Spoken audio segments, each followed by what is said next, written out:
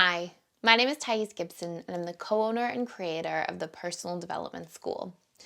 This is your daily breakthrough video, and in this video, I'm going to talk to you a little bit about how to save a relationship or win back a relationship with a fearful, avoidant attachment style individual.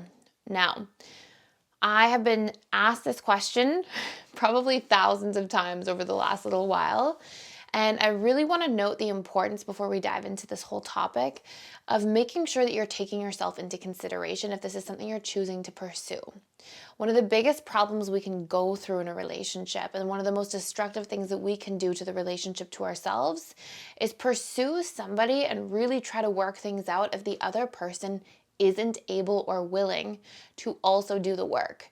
Another really painful thing is if we try to use all these psychological awareness sort of tools to try to reel somebody back in and get them then to sort of like pursue this relationship back with us, but then we are operating in a way of connecting to them through this mask of all these tips and tools and tricks. And there's a lot of dating coaches and a lot of communities online that are like pickup artists and this thing and that thing, and I personally don't really agree with a lot of those dynamics, because I think that it just sort of leads to an empty relationship long term. It's like, work really hard, use all these tools, use these tactics, and then you're left connecting with somebody as maybe not the authentic version of who you are. And what actually makes a relationship fulfilling long term is you being seen, heard, understood, and showing up in your integrity, in your authenticity as the person that you are, with the needs that you have, the desires that you have, the fears, and everything else in between. And for a relationship to properly progress to the bliss phase and to make it through the power struggle and stability phases where most people do break up, it's actually a requirement that you show up and you share your true self, your vulnerable self. And so if you reel somebody in under separate pretenses than that of who you are, then you're going to just have more long-term problems and end up probably wasting a lot of time long-term. So I just really want to highlight and emphasize the absolute importance of what I'm going to share today being used as, and it's not like psychological trips to manipulate people to be with them or to pick them up or anything like that anyways, but like I just really want to highlight the importance of, if you're aware of these different dynamics that you can use, okay, great. Now let's make sure that we take ourselves into consideration. We show up as our authentic selves the entire time so that the relationship can not just be saved, but that it can actually work and thrive in the long-term purposes of what you're putting your time and energy and effort into. So before I dive into this content specifically, we are doing a sale to support our community as long as the uncertainty and craziness is sort of going on in the world. I think it's a great time, honestly, if you feel a little bit holed up or a little bit secluded more than normal, to join our community, to work on yourself, to take something away from this time of change and just challenging dynamics that actually creates a positive impact on your life. So the coupon code is with you. It's all one word. This is to access the full all access pass membership, and it works for 3 month, 6 month, 12-month bundles, as well as single course purchases. It gives 25% off. I'll put a link in the description below and on this video.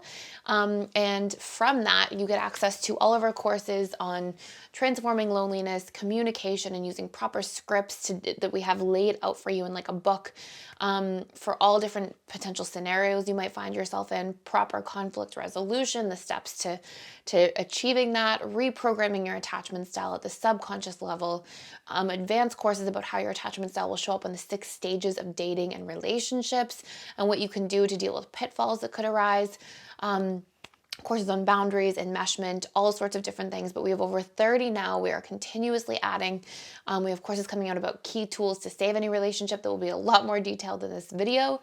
And it also gives you access to 4 live webinars every single week that I do, and over 120 or so previously recorded webinars that I've done so far. So, and our whole beautiful community is in there too, full of like really wonderful, like-minded people who are working on themselves. So again, with you, all one word, link in the description below.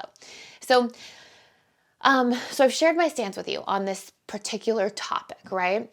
Now, what this video is going to be about specifically is key tools to harness when you're trying to create transformation in a relationship dynamic, okay? First tip I will always say, number one, define your boundaries. What didn't work for you in the relationship? Whether the relationship is on the rocks or whether it's a breakup and you're thinking about like reconnecting with this person, what wasn't working for you? And then convert that into needs, okay? So for example, if the way a person wasn't affectionate enough wasn't working for you, great. Don't tell somebody what's not working. Tell somebody what you need. This is one of the first places I see so many people go wrong with their communication is instead of saying, hey, I would really appreciate feeling supported and it would help me if you could clean around the house a little bit more. This is what I specifically would like you to do. For example, the dishes or sweeping or whatever it is. Instead, people are like, you're not cleaning enough. And as soon as we do that, the other person just feels attacked and they just feel a need to defend and push away, especially if they have an avoidant side to their style.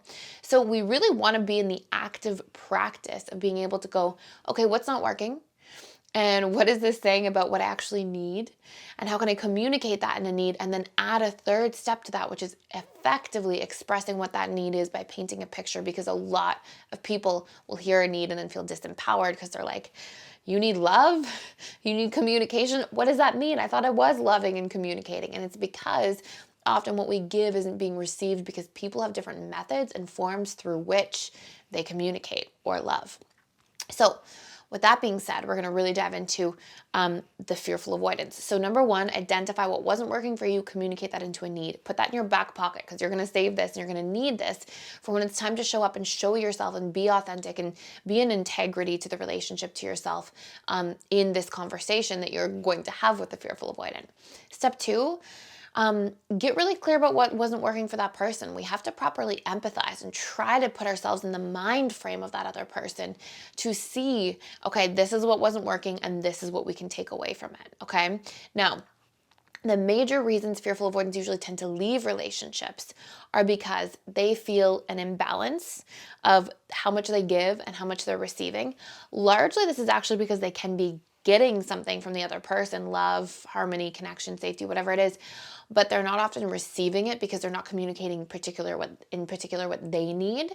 And this is a really important point to raise to this person if they're an ex, if there's somebody that you're on a break with, if there's somebody that you are in a challenge dynamic with and you're on the rocks and trying to save things. Like, you want to get this point across because it's actually like almost a necessity for the fearful avoidant to be able to do this in order for their relationships to thrive long term and to make it all the way to the honeymoon phase. So in this space, okay, and we're talking about fearful avoidant men and women, and I'm going to go through a little bit of the nuances of both in this video. But in this space, what you'll see is that both men and women fearful avoidants tend to leave relationships because they feel unheard, especially females more than males, because they feel not trusting, females and males equally, almost males a little bit more than females.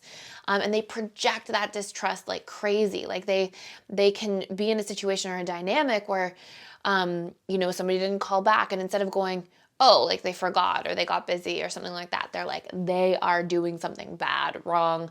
They're not showing up. They violated this agreement to call. How could I ever trust them with anything? And we tend to take small issues as human beings, especially before working on attachment style, and make it a huge thing. It's like, oh, I couldn't trust them to call back. I can't trust them to care about me. I can't trust them to be loyal in a relationship. I can't trust them.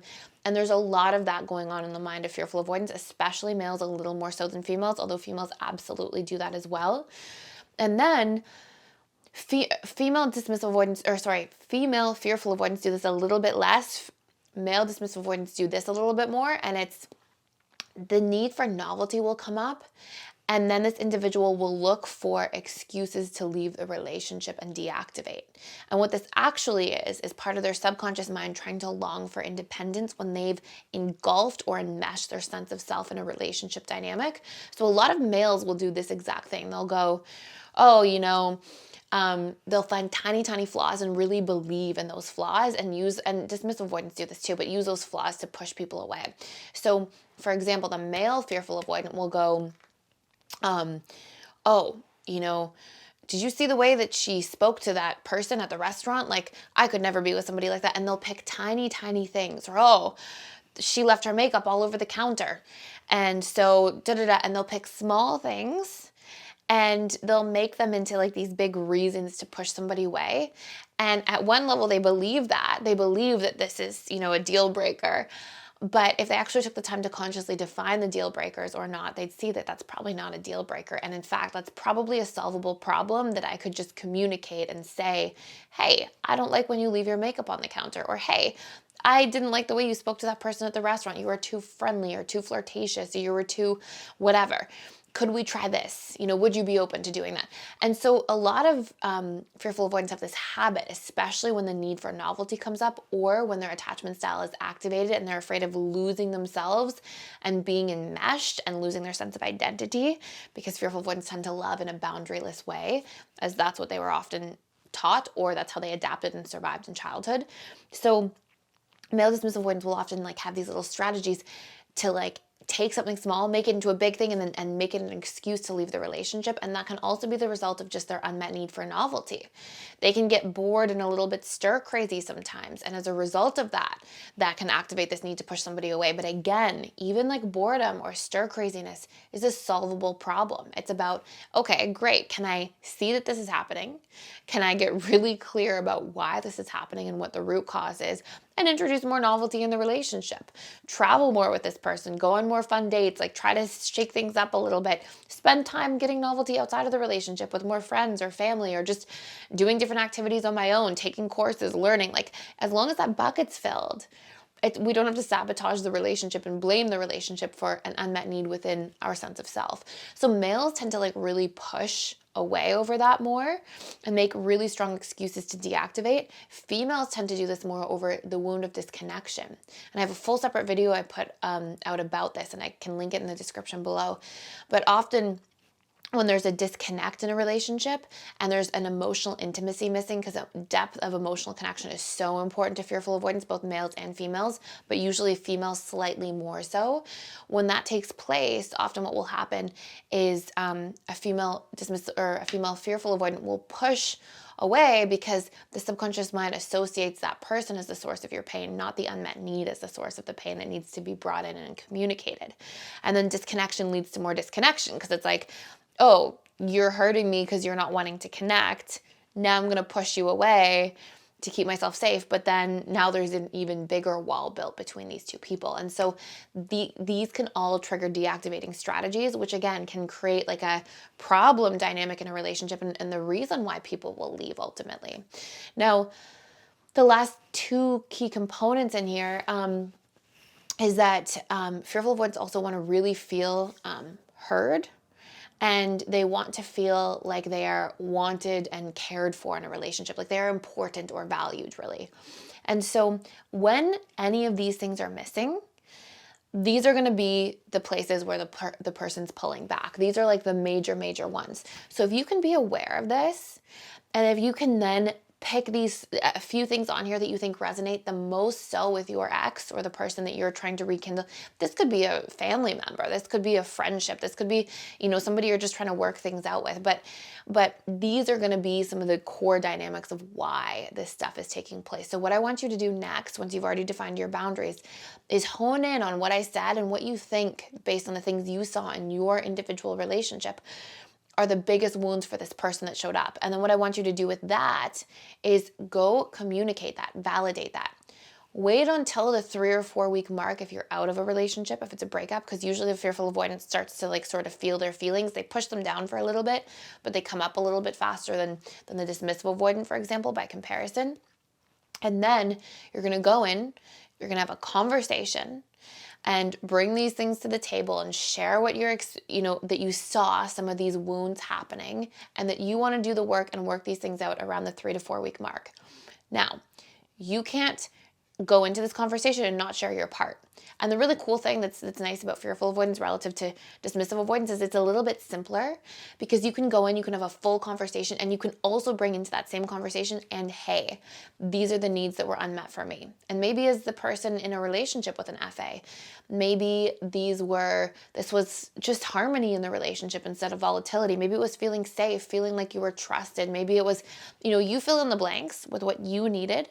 But your job here is to get really clear about those things from step one and share those things here once you've validated that person's experience. Because when people feel deeply seen at a subconscious level and heard and understood, and then they have practical tools for creating change, because you're like, hey, we could do this, this, and this, and you give some ideas or strategies to fix these things, and then you also share from your perspective, they tremendously value that depth of connection, that transparency, those practical tools that have been analyzed and brought to the table, the willingness to do the work, and all of these things combined usually create a tremendous impact on the fearful avoidant, probably more than any other attachment style, both men and women, okay?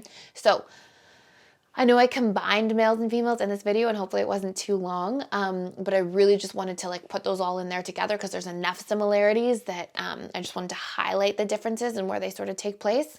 Now, your job is, once you've done that, is making sure that you've really brought your needs to the table, you have a boundary, and you also want to make sure very, very seriously that you have a deadline. So if you, and the deadline is how much time you want to spend working on this relationship dynamic, because I see in a lot of individuals that they'll do this thing where it's like, oh, I'll just work until it works out. And sometimes people can spend a year unhappy. And we don't want to do this, especially relative to how long you've already been investing in this relationship, okay? So, especially if it's a 3-week relationship, right? How could you possibly want to put yourself through that? So make sure you're clear about how much time you're going to put in and invest in trying to make things work. And then take ownership of that. If you don't see the needle moving, you don't see things progressing in a time that meets that deadline, then this isn't the right relationship. You're super clear. You've done the practice and the work to show up, and you're better prepared for the next relationship after you take some time to really just love yourself and grieve the loss of whatever this could be for you, whatever relationship it is.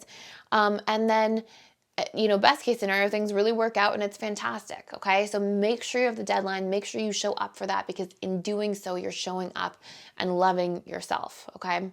So that's it for now. Thank you so much for watching. Please like, share, and subscribe to this channel. I super appreciate it. I really appreciate all the wonderful comments and the likes and the engagement, and I will see you in the next part of this series.